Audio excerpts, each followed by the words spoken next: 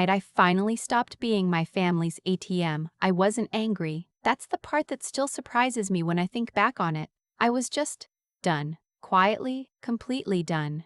Like a fuse that doesn't blow dramatically, it just goes cold. Let me back up.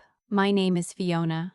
I'm 32 years old. I'm a senior UX designer at a mid-sized tech company in Austin, and for the better part of 6 years, I funded my family's lifestyle while they thought I was scraping by on a computer job that paid decent enough, I guess. Those are my mom's words. Decent enough, I guess. I never corrected her. I don't know exactly when the habit started, hiding how well I was doing. Maybe it was the first time I mentioned getting a raise, and my brother immediately said, "Oh, nice, so you can finally help with mom's car payment." I'd gotten a $9,000 raise. He said it like I told him I found a 20 in an old jacket. That was 2019, I was 26. I paid the car payment, and the one after that, and the one after that. My family is loud and close and exhausting in the way only families can be. My mom worked at a dry cleaner for 20 years. My dad retired early from a warehouse job. Bad back, he said, though he seemed fine every Sunday at the bowling alley. My older brother Kevin is 35 and has been getting back on his feet since approximately 2017. My younger sister Bree is 28 and genuinely sweet, but she married a man named Todd, who I am convinced has never once held a job for longer than 8 months. I love them. I want to be clear about that. I love them in the complicated, exhausting way you love people who were there for your entire childhood, who cheered at your graduation, who called every week when you first moved away. I love them, and I spent years letting that love be used like a currency.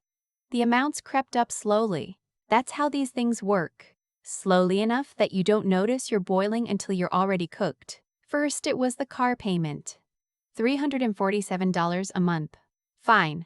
Then my dad's dental work. His insurance didn't cover the crown he needed, and the out-of-pocket was $1,100 and $100. I paid it the same week, no questions asked. Then Kevin needed first and last month's rent on an apartment because his credit was messed up from a misunderstanding. I never found out what the misunderstanding was. $2,600. Then my mom wanted to redo the kitchen. She'd been talking about it for years. The cabinets were old, the countertop was chipped. She called me on a Tuesday and said the contractor she'd found could start that weekend but needed a deposit. $4,200. I wired it before I hung up the phone. By the time I was 29, I had given my family somewhere in the range of $40,000 over 3 years. I know that number sounds insane. I know, but I want you to understand that it never came as one big ask.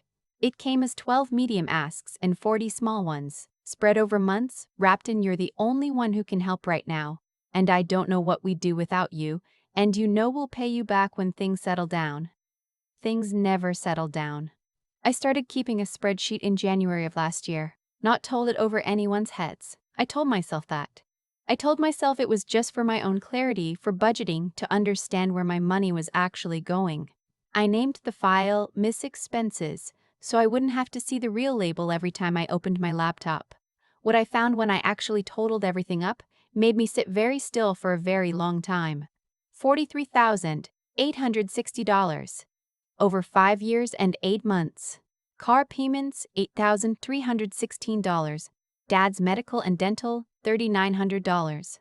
Kevin's rent and deposits, 3 separate times, $7,200. Bree and Todd's emergency fund, twice, $4,000. Mom's kitchen, $4,200. Mom's kitchen, $4,200. Various loans under $500 by my estimate. And then the big one, the one I tried not to think about. My parents' trip to Scottsdale 2 years ago. They wanted to celebrate their 35th anniversary. My mom had always wanted to see the desert. I bought them flights, a 4-night stay at a resort, and gave them $800 spending money. That was $2,900. I remember feeling genuinely happy about that one. I thought, this is what money is for, to give people you love something they wouldn't have otherwise. I still think that. But I've learned the difference between a gift and an expectation. The Scottsdale trip was the turning point, though I didn't know it at the time, because after that trip the asks got bigger, like they'd recalibrated what was possible. like they'd seen a new ceiling and decided to push toward it. Kevin called me in March. He wanted to buy into a friend's food truck business. He needed $8,000. I said I couldn't do it. He was quiet for a second. Then he said, "Fiona, come on. You take home more in a month than I make in 6. It's not like you'd even feel it." I don't know how he knew what I made. I'd never told him specifically. But I also knew he probably guessed or looked up salary ranges online for my job title or pieced it together from context. I was careful, but I wasn't careful enough. I told him I'd think about it. I didn't give him the $8,000. But I gave him $3,000 because I told myself $3,000 was a compromise.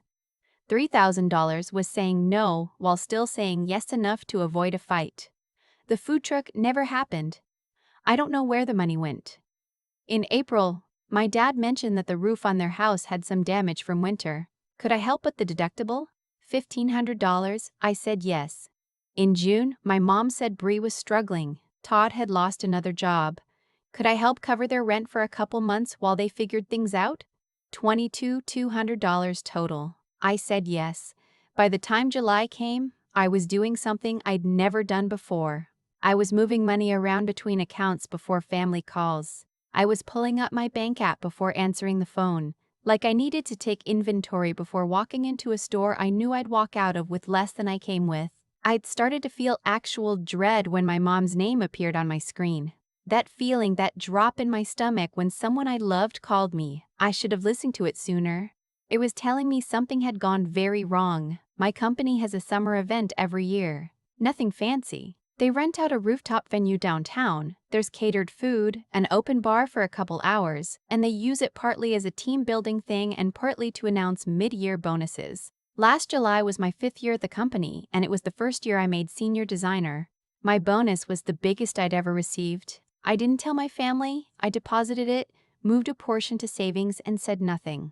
It was the first financial good news I'd had in years that I kept entirely to myself, and the relief of that, of just having something that was only mine, was so intense it almost made me cry on the walk back to my car. That was when I understood how much I'd been giving away. Not just money. Space. The ability to feel good about something without immediately calculating how much of it I owed someone else. I started seeing a therapist in August. Not about my family, specifically.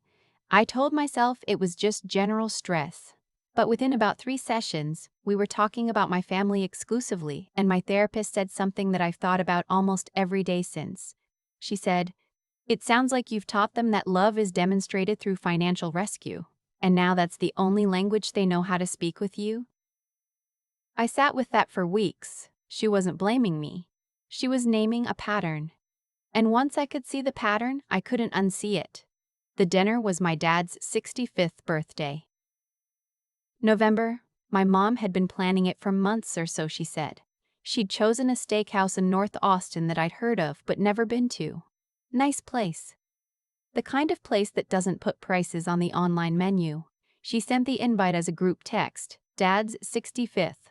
Dinner Saturday the 9th, 7 p.m. Dress nice. Fiona's treating. I stared at my phone for a long time. She hadn't asked me. She had announced it. To the entire family group chat, which included Kevin, Bree, Todd, my Aunt Linda, and 3 cousins I barely spoke to. I typed and deleted 4 different responses. In the end, I sent a thumbs up emoji because I didn't know what else to do in that moment, and I needed time to think. I thought about it for 6 days. By Friday evening, I had made a decision, but I didn't tell anyone. Saturday night, I got to the restaurant at 655. The hostess led me to a private dining room in the back. My mom had apparently called ahead and arranged that. And when I walked in, the table was already full. Mom, Dad, Kevin, Bree, Todd, Aunt Linda, and 2 of the cousins. 8 people, all holding menus.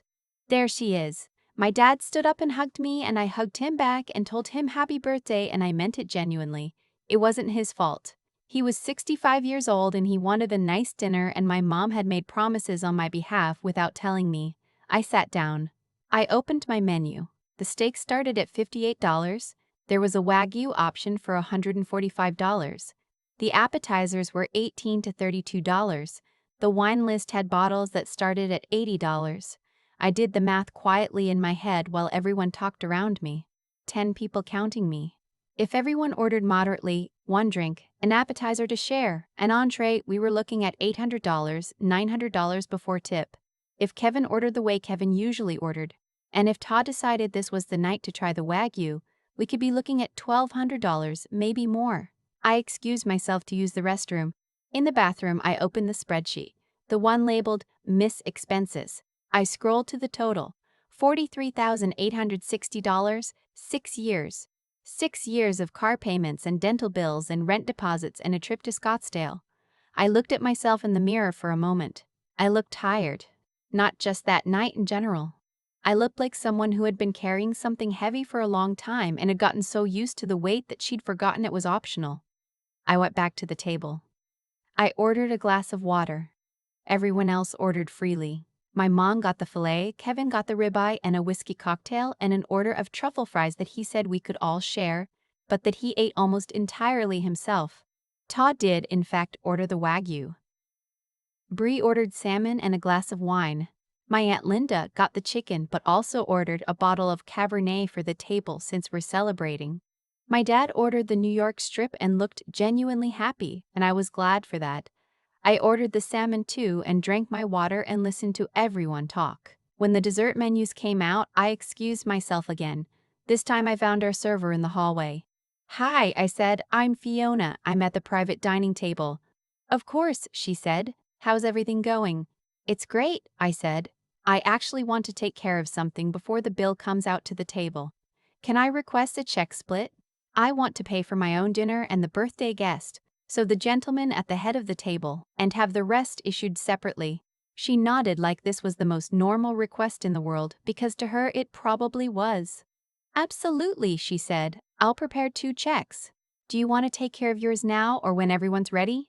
"Now would be great," I said. My salmon was $34. My dad's steak was $58.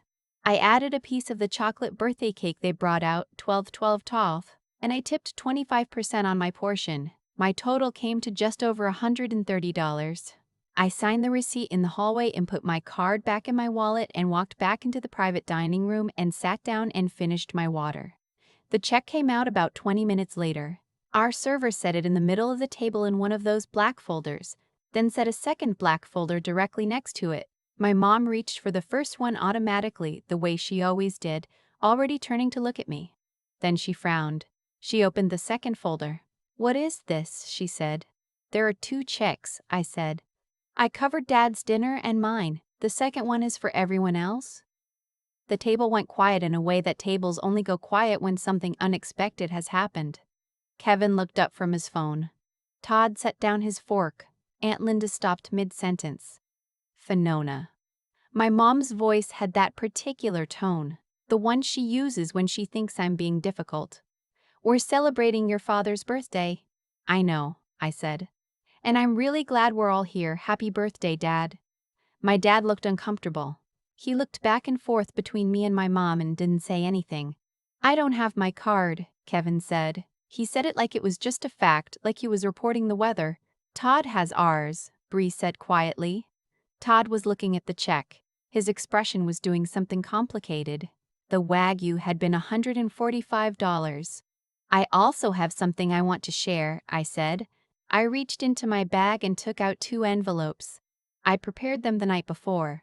Inside each one was a printed copy of the spreadsheet line items, dates, amounts, totals. I'd made one for my parents and one that I handed to Kevin because he was the one who'd said it. "You wouldn't even feel it. This is a record of everything I've contributed to the family since 2019, I said. "I'm not asking for any of it back. I'm sharing it because I want us all to be on the same page going forward." My mom opened the envelope. She read for a moment. Her face went through several expressions very quickly. $43,000, she said. $860, I said. Kevin hadn't opened his. He was just looking at it on the table in front of him. "I love all of you," I said, "and I'm gonna keep loving you, but I'm not able to be the family's financial backup anymore. I should have said that a long time ago. I'm saying it now." My Aunt Linda, who had no context for any of this, had gone very still over her chicken. My mom said, "We didn't know it was that much." I know, I said. And I believed her. I don't think she'd been calculating it the way I had. I think she'd just been asking, one thing at a time, the way the asks always came, one thing at a time, reasonable sounding, spaced out enough to feel manageable. I don't think she ever sat down and added it up. $43,000, she said again, softer this time. Yeah, I said. Todd paid for his and Bree's portion with the card he'd had in his wallet the whole time. Kevin borrowed $200 from my cousin, which I'm sure was deeply humiliating, and I felt a small, honest flicker of something about that. Not satisfaction, exactly, but something close to clarity. Like watching a mirror finally show you what you actually look like instead of what you've been hoping to see. My dad hugged me again when we left. He didn't say much. He held on for a little longer than usual, and then he said, "I didn't know, baby. I'm sorry." And I believed him too. My dad has a lot of flaws and zero cruelty. He just went along with things. That's its own problem, but it's a different one.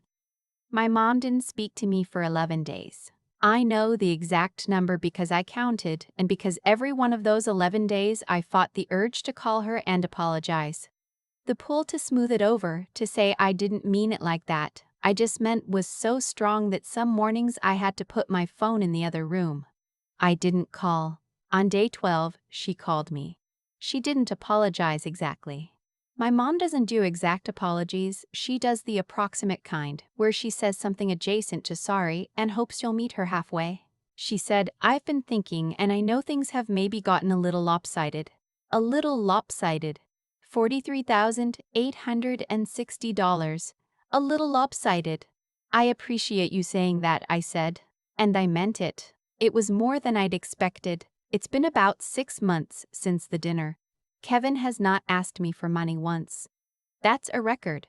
Bree called in February because she and Todd were having a hard month, and she started to ask, and then she stopped herself and said, "Never mind, we'll figure it out." And I said, "I know you will." And we talked for another 20 minutes about her garden and a show she was watching and her neighbor's very loud wind chimes, and it was the best conversation we'd had in years. My mom and I are okay, not perfect. The dynamic is different. She's more careful around me now, which I sometimes miss, because the ease we used to have was real even when it was all so complicated. But I think we're building something more honest. It's just slower. I still have the spreadsheet. I don't open it very often anymore, but I know it's there, and knowing it's there feels like something I can't entirely name. Not power exactly, more like proof. Proof that I saw what was happening clearly enough to write it down. Proof that I wasn't imagining it. I wasn't imagining it.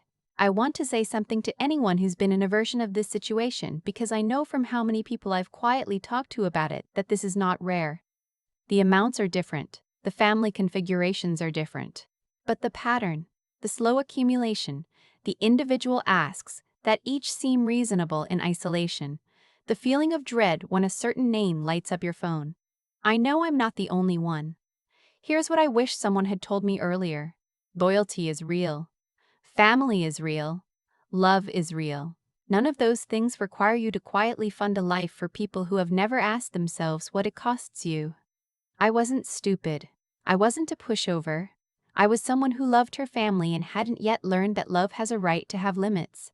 That a limit isn't a withdrawal of love. It's just the truth of what you actually have to give. The dinner cost me $130 and a relationship with my family that needed to change. It was the best money I ever spent. I've thought a lot about what made that dinner different from every other time. I just quietly paid and said nothing. And I think the honest answer is this. I finally stopped being more afraid of their discomfort than I was of my own disappearance. That's what was happening, slowly, over 6 years. I was disappearing, not dramatically. I wasn't falling apart or losing sleep every night. It was quieter than that. It was the version of disappearing where you stop telling people good news because you already know what they'll do with it. Where you feel a drop in your stomach when someone you love calls you. Where you sit in a restaurant bathroom and look at yourself in the mirror and think, "I look tired."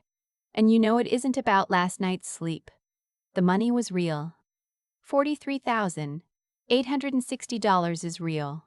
But what I was actually losing was harder to put in a spreadsheet. I was losing the ability to feel like my life was mine. Every raise, every bonus, every good quarter at work, it passed through me on its way to someone else before I ever got to just sit with it. That's not generosity. Generosity is a choice you make with a full heart. What I was doing was more like bleeding slowly and calling it sharing. What I understand now, that I didn't then, is that the situation I was in didn't happen because my family was cruel. Kevin isn't cruel. My mom isn't cruel. They are people who learned, gradually and without ever examining it, that asking Fiona was an option. And every time I said yes, I was teaching them that lesson again. I was the one writing the syllabus. I just didn't know it. That's the part that took me the longest to sit with, my own role in it. Not to beat myself up, but to be honest. I made it easy for years. I said yes when I meant no. I wired money before I hung up the phone. I called $3,000 a compromise when really it was just a smaller surrender. And the cost of all that wasn't just financial. It was the slow erosion of my own sense of what I was allowed to want for myself. The spreadsheet was the beginning of something, not revenge. I wasn't angry when I printed those pages out. I was clear. Clarity is different from anger. Anger wants to wound. Clarity just wants to be seen accurately. I wanted someone to finally look at the actual number, to feel the weight of it the way I had felt it alone on a Tuesday in January, sitting at my kitchen table with my laptop open. The dinner cost me $130. The conversation cost me 11 days of silence from my mom and a relationship that had to be rebuilt from a more honest foundation. I'd pay that price again without hesitating. Because here's what I know now. The people who love you and take from you at the same time are not bad people, but they will keep taking for as long as taking is available. That's not a moral failing, it's just how unchecked patterns work. The pattern doesn't stop until someone stops it. And in my family, that person had to be me. It was always going to have to be me. I stopped the pattern, and the world didn't end. My dad still calls on Sundays. Bree and I talked for 20 minutes last month about her garden. Kevin hasn't asked for money in 6 months, which is the longest stretch I can remember. I'm still here. They're still here. And for the first time in a long time, when my phone lights up with one of their names, I don't feel that drop in my stomach. That's what $130 bought me.